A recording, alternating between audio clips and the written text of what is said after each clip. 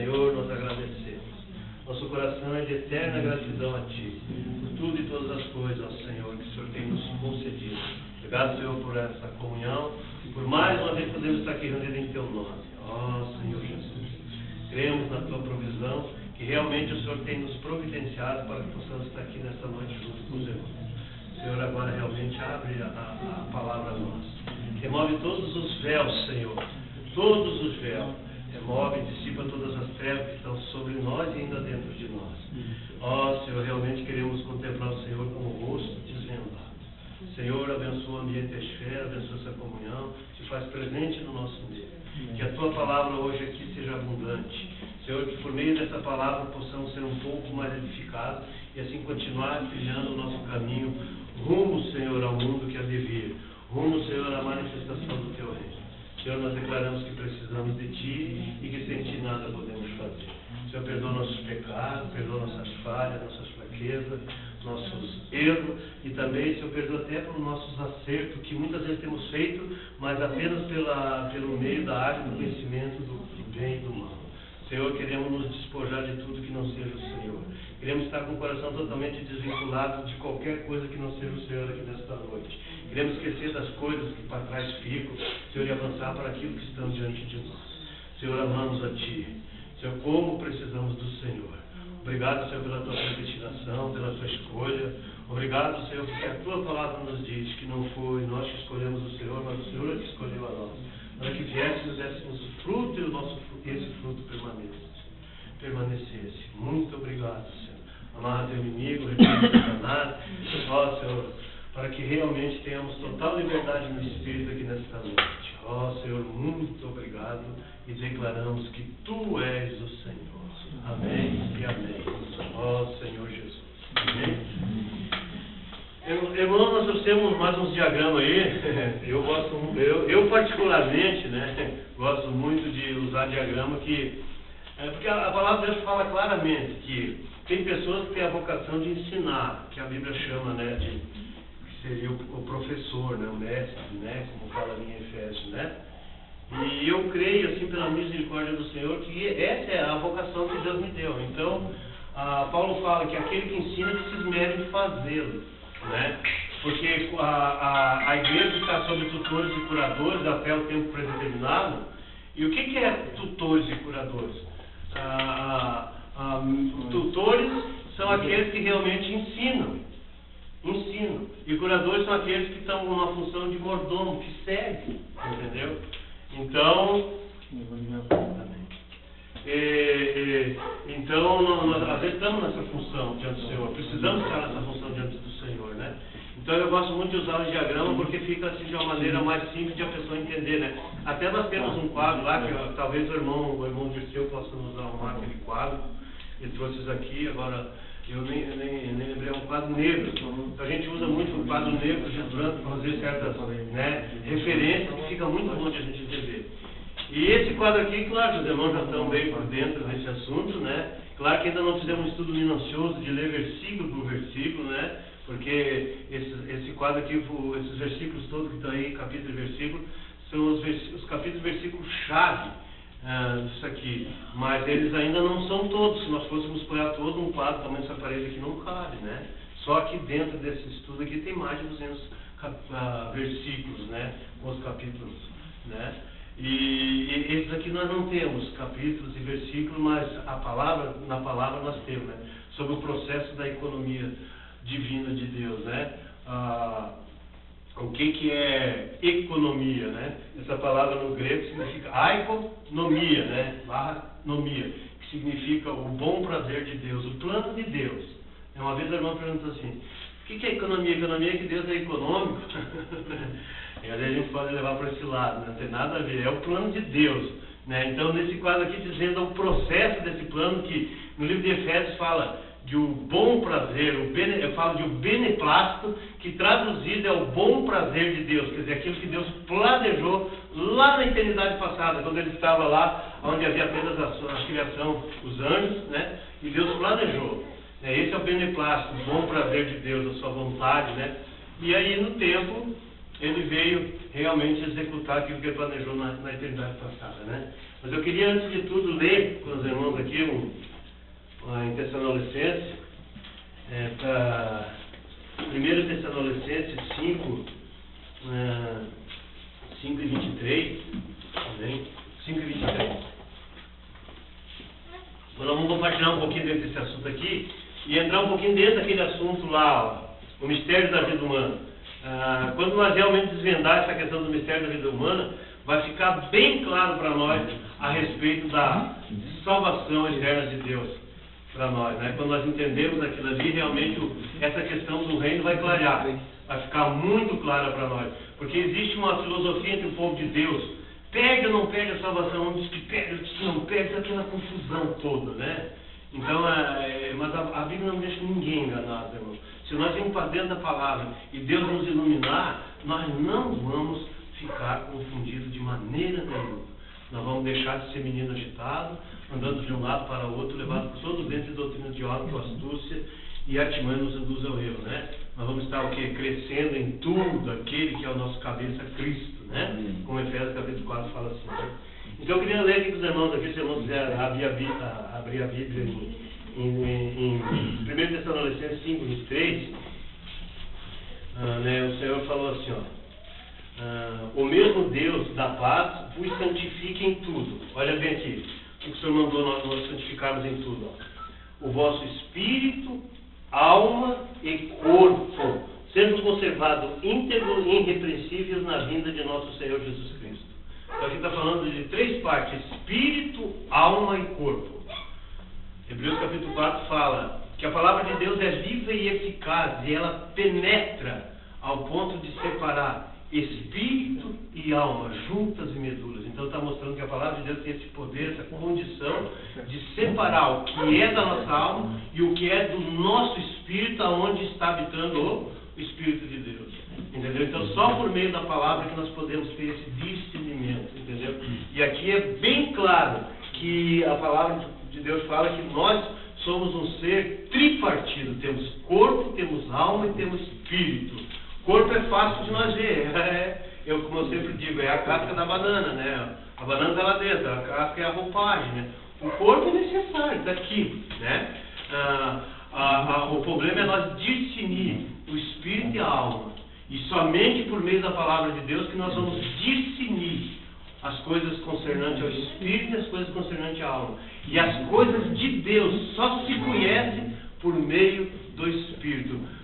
Paulo falou em Coríntios assim, que o homem natural não entende as coisas de Deus e considera loucura, porque ela se discerne espiritualmente. E esse homem natural não é a pessoa do mundo, a pessoa incrédula, a pessoa que não creu, a pessoa que não recebeu o Senhor. Somos nós quando vivemos de acordo com a nossa alma, com a nossa mente não renovada, com a nossa alma caída. Nós não conseguimos entender o plano de Deus, o beneplácito, a boa vontade, quer dizer, a economia de Deus, o plano de Deus para nós. Aí nós vamos apenas ter aparentemente, sermos bons cristãos, temos uma religião, vamos bater nosso cartão, né, no dia certo, vamos lá, ver se recebemos alguma coisa de Deus, se não recebemos ficamos frustrados ainda, né? Mas não é nada disso, isso não é o Evangelho. O Evangelho realmente está relacionado a isso aqui que nós vamos ver um pouquinho hoje. E Deus planejou isso, irmãos, lá na eternidade passada. Antes de Deus criar qualquer partícula desse universo, Deus teve esse bom prazer, o beneplácito, ele planejou, quer ver? Eu queria que os irmãos abrissem a Bíblia aqui, Senhor Jesus, Efésios, quer ver? Efésios também, Senhor Jesus.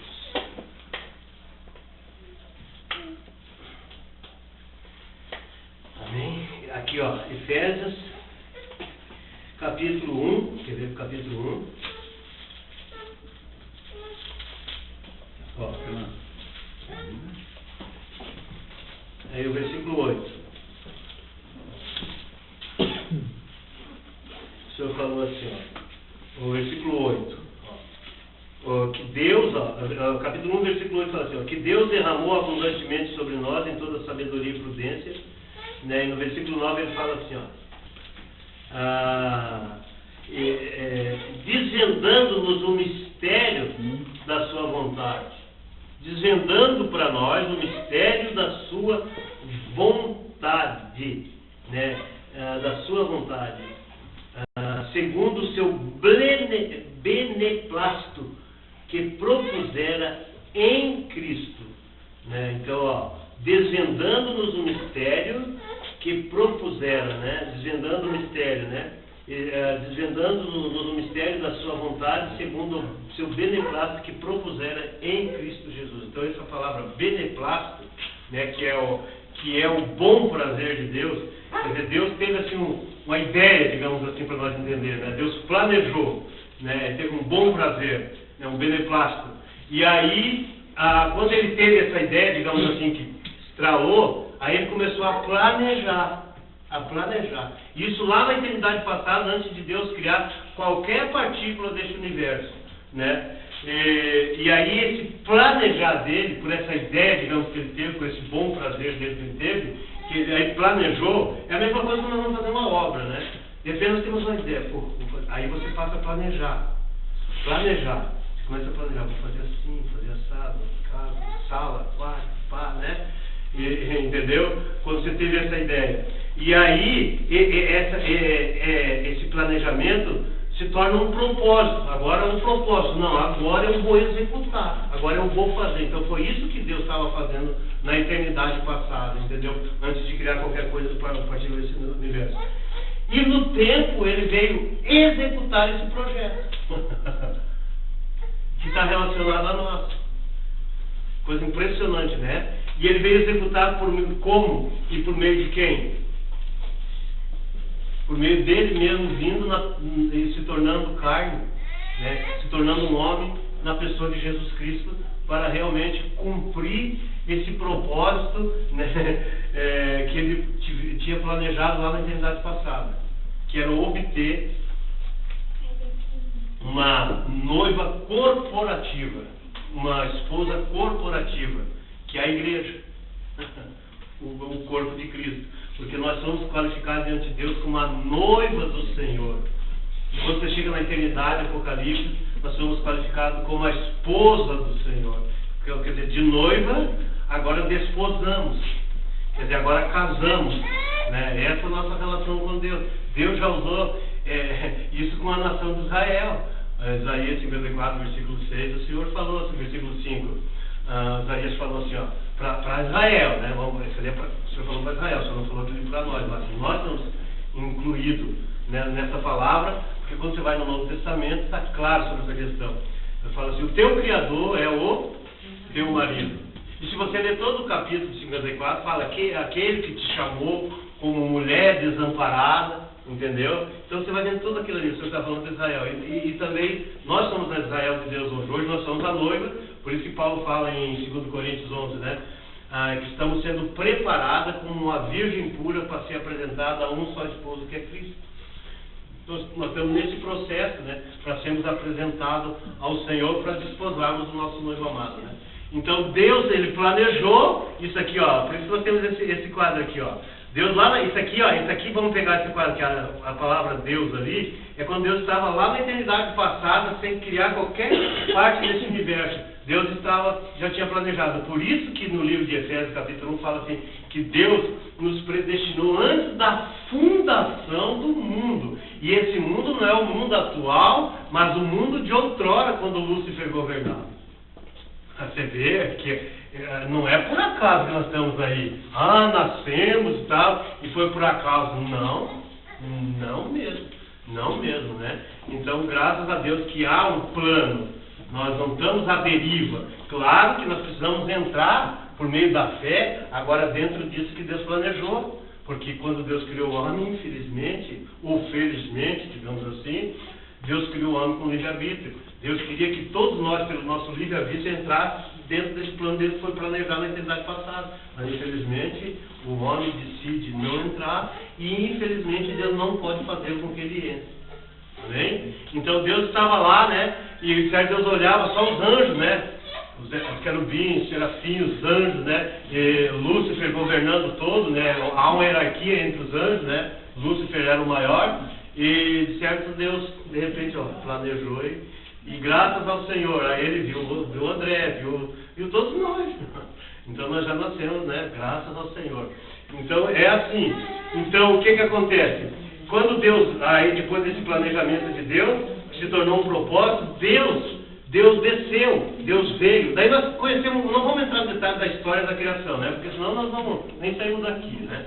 Mas vamos pegar da igreja para cá, de Cristo para cá. Porque nós sabemos que o problema foi tudo lá na criação. Quando Deus criou, o homem caiu, né? Então o que acontece? Aí Deus, né? Aqui, essa parte aqui, a criação, que Deus criou todas as coisas, né? Aí criou o universo, criou o mundo de outrora, depois o mundo de outrora que Lúcifer governava, nós sabemos o que aconteceu, né? Aí Deus julgou a terra, e a terra se tornou sem forma e vazia, ficou por milhares e milhões de anos subjugada sobre as águas de juízo de Deus, né? Apenas alguns anos, milhares de anos atrás, Deus fez surgir a porção sexta que existe hoje, que recriou todas as coisas, e no sexto dia criou nós, criou o homem, criou o ser humano. Isso aqui está relacionado à criação, ó, irmão, à criação, ó, né?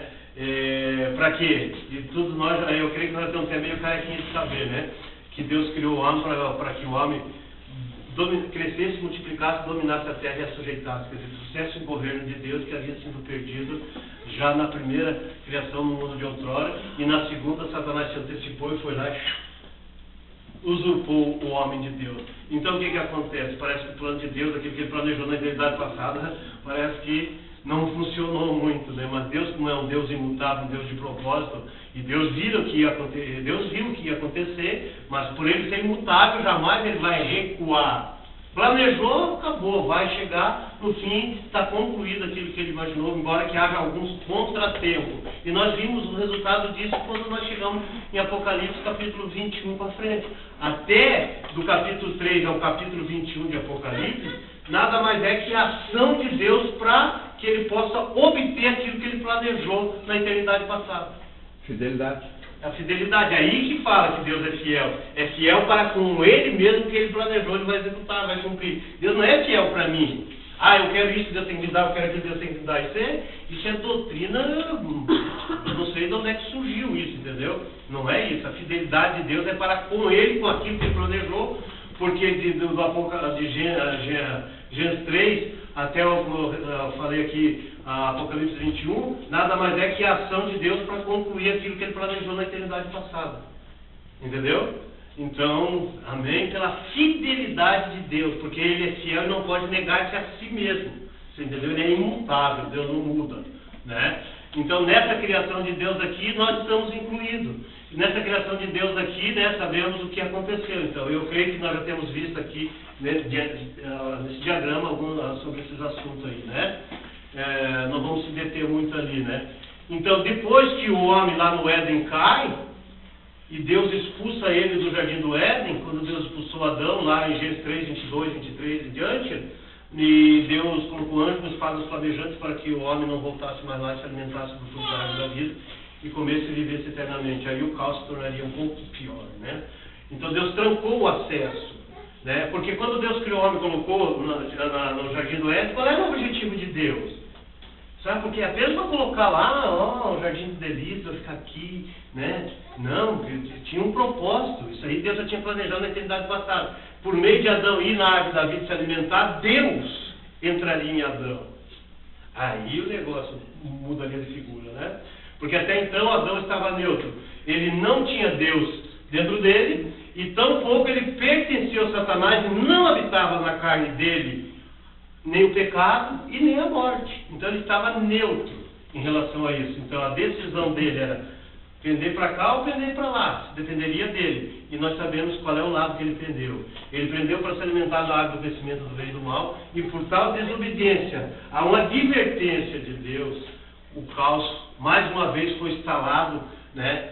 Que foi o homem se tornar pecador imortal. Mais uma vez, por quê? Porque o caos já tinha se instalado pela rebelião de Lúcifer com a terceira parte dos anjos na criação pré-adâmica. Então, quer dizer, o caos ainda continuou. Satanás veio e está aí. Até hoje ele está fazendo o que ele bem entende. Por exemplo, nós sabemos o que ele falou para o Senhor Jesus em Lucas, né? Capítulo 4, versículos 5 e 6. Ele ofereceu os reinos do mundo, aonde ele sistematizou, ele escravizou o homem, o ser humano. Ele disse assim: a mim me foi entregue, eu dou o que eu quero. Ele queria que Jesus, o adorassem, e ele daria esses reinos do mundo ao Senhor Jesus. O Senhor Jesus recusou, claro. Então ele não encontrou Jesus, agora ele vai encontrar nos últimos tempos um aí chamado de o anticristo, né? Ele vai se aliar com ele, né? Amém?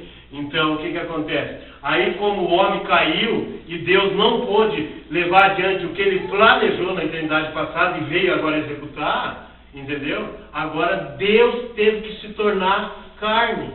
A palavra encarnação, irmão, até parece que fosse uma coisa, encarnação, eu ouvi falar isso no Espiritismo, não. O Espiritismo fala de reencarnação. Encarnação tornou-se carne. No Evangelho de João, quer ver? Vamos ver lá, o Evangelho de João, capítulo 1. Senhor Jesus, o Evangelho de João, capítulo 1. Quer ver, irmãos? Quer ver? Vamos ver aqui, ó. Primeiro 1 e 1. Oh, Senhor Jesus. O 1 e o 2 e o 3, ó. Primeiro, depois o 14. Ó. No princípio era o verbo, Evangelho. No princípio era o verbo, e o verbo estava com Deus, e o verbo era Deus. No princípio era o verbo estava com Deus, o verbo era Deus.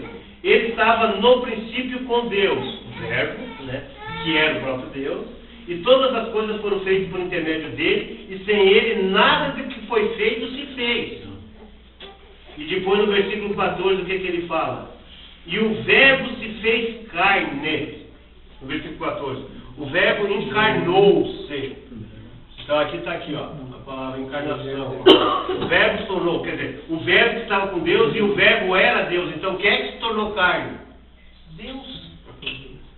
De que maneira? Coisa impressionante, né? A gente, claro que humanamente nós não conseguimos entender, nossa mente não tem condições disso, né? Isso no futuro a gente talvez vai saber alguma coisa a esse respeito, né? Na eternidade, né? O próprio Deus sendo gerado no ventre de uma mulher, né? Então aí entra a história da Maria, né? Maria, descendente de Davi pela descendência de Natã, que gerou Jeconias, e Salomão, que gerou alguns outros filhos lá, que acabou vindo José, da linhagem, que todos foram gerados de Davi, que encontraram José e Maria deu à luz a Cristo, que é o próprio Deus. Então Deus precisava se revestir de humanidade, e foi isso que aconteceu. Ele se tornou carne, né? Ele se encarnou, tornou-se carne, porque de outra maneira não tinha como Deus executar o que ele planejou na eternidade passada. O beneplácito de Deus, né, o plano dele, aquilo que ele planejou, ele não tinha condições de levar adiante, porque o homem caiu. O homem ficou independente de Deus, ficou longe de Deus e não consegue cumprir o propósito de Deus, que é trazer sua autoridade e domínio, para que Deus possa restabelecer a ordem que foi perdida nesse universo por meio de Satanás, né? E os anjos caíram. Então, o que Deus fez? Deus olhou e disse assim, não, o jeito é eu ir lá. Vou ter que ir lá, porque falando na época antes de Deus dar a lei, Deus falava de uma maneira, falou com alguns de uma maneira verbal, e essa palavra foi passando de um para outro. Não funcionou. Chamamos a época dos patriarcas. Não funcionou. Surgiu alguns homens de Deus, surgiu. Vamos pegar, por exemplo, Sete. Vamos pegar o próprio Adão, né? Foi justificado, se arrependeu. E Adão gerou Sete gerou depois o nome Enos. Aí tem uma descendência toda ali. Vem Enoque, vem Matusalém, vem Jered, vem Noé. Uns homens de Deus que passaram na história. Mas Deus não pôde cumprir o propósito de Deus por meio desses homens. Então, quando depois do dilúvio, que os homens abandonaram totalmente a Deus, pela geração de Sem, Jafé e Cã, e os homens foram crescendo, se multiplicando depois do dilúvio, e aí surgiu lá um descendente de Cã chamado Nirod, e os homens deixaram Deus de lado, e agora o Nirod tornou-se o Deus. Agora nós aclamamos, invocamos a Nirod. Nirod era o grande, poderoso caçador diante de Deus. Então ninguém pode ser grande diante de Deus, né? Grande é Deus só. E aí Deus, como não tinha jeito mais daquela condições de levar adiante, Deus, não, eu vou deixar um pouco essa raça criada aqui de lado, e agora eu vou em busca de alguém. Ele foi em busca e achou Abraão, lá no Iraque, nos Ur dos Caldeus. Aí Deus deu início, deixou a raça criada, e agora, por meio da raça chamada. E nós sabemos que ele chamou Abraão, fez promessa a Abraão, depois de 500 anos para frente, mais ou menos, Deus chamou Moisés, daí deu a lei por meio de Moisés. A lei foi apenas adicionada, o propósito original de Deus não era da lei. Foi quando Deus chamou Abraão e fez a promessa. E aí Deus teve que introduzir a lei. E Deus não consegue também por meio da nação de Israel. Não conseguiu.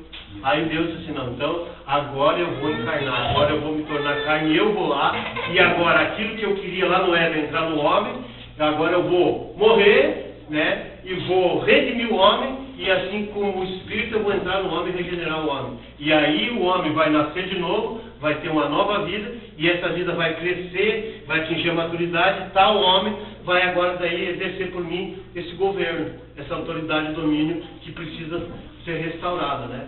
Então a encarnação eu creio que está bem clara, né, para nós, né? E aqui nós vemos aqui, irmãos, aí esse viver humano de Jesus Cristo, o homem chamado Jesus, dentro dele estava quem? Deus. Então ali a divindade se mesclou, se uniu à humanidade, houve uma mescla. Então Jesus, ele era tanto Deus completo como um homem perfeito. O que lá na primeira epístola de João 5:20 fala? 5:20, quer ver? Primeira epístola, irmão, de João, não no Evangelho. Primeira epístola de João 5:20 fala, vamos ver.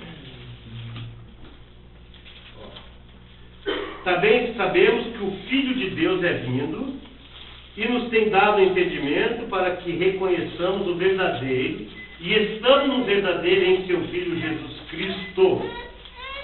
Este é o verdadeiro Deus e a vida eterna. Entendeu? Estamos no verdadeiro em seu Filho Jesus Cristo e este é o verdadeiro Deus. 1 João 5:20. 5:20. E estamos no verdadeiro e em seu Filho Jesus Cristo, este é o verdadeiro Deus e a vida eterna. Então a vida eterna também é em Cristo, está em Cristo, que é o verdadeiro Deus. Então como que o homem pode reinar eternamente, a morte sendo subjugada? Só por meio de Deus, por meio de Cristo, que é o verdadeiro Deus. Então aquele homem chamado Jesus, que no Isaías 53 fala que não tinha nenhuma formosura, nada nós vimos nele, nenhuma beleza nós vimos nele para que o desejássemos, era homem cansado, sofrido, né, sabia o que era padecer, como raiz em terra seca, né? Esse homem, ele era o tabernáculo de Deus entre os homens. Quando aquele homem sem formosura se movia, Deus se movia. É Deus dentro dele, ele era o tabernáculo. Então, qual era a diferença de Jesus com os outros seres humanos? Ele era o único que tinha Deus nele. Ninguém mais tinha. Então, se Jesus vem e fica nessa condição, Deus também não conseguia levar o propósito dele adiante. Eu ia ficar vivendo no nosso meio, daí curando um ali, curando outro lá, e aqui, e acolá, e ia ficar só nisso e pronto. Multiplicando os pães, tá, só isso. E o propósito de Deus? Quando Felipe perguntou para ele, né? Mostra-nos o Pai. Felipe perguntou em João 14, né? O Senhor começou a falar do Pai. Pai, Felipe replicou e disse: não, Senhor, mostra-nos o Pai que basta. Você fica falando do Pai. Aí Jesus: Felipe, como pode? Há tanto tempo estou convosco e não tendes me visto? Quem vê a mim vê o Pai. Ou você não sabe que eu e o Pai somos um? Né? Então ele matou ali o que o Felipe, a curiosidade de Felipe, né? Entendeu? Então, graças ao Senhor, né? Deus é o Cristo. Então, quando Jesus andava, se movia, o próprio Deus se andava, se movia. Então, mas aí Jesus viveu por um período de 33 anos e meio. Até então, aqui, depois do nascimento de Jesus, ele nasceu dentro do regime da lei, de acordo com a lei, viveu de acordo com os princípios da lei, mudando, porque houve ali, João Batista já veio pregando o arrependimento, né? Para que as pessoas tivessem uma mudança de mente ali, né? Esse arrependimento era apenas uma mudança de mente, não era um arrependimento pro nascimento, era um arrependimento de condição que aquelas pessoas se encontravam. Esse era o batismo de João, entendeu? Então o que acontece? Esse viver humano foi uma era de transição. Então Jesus se movia a Deus. E acontece o seguinte, só que esse alvo da vinda de Jesus Cristo era isso aqui, ó. A morte. Então, como Deus não pode morrer, quem é que morreu na cruz? O homem chamado Jesus, a parte humana. Né? Como hoje, você sabia em igualdade hoje nós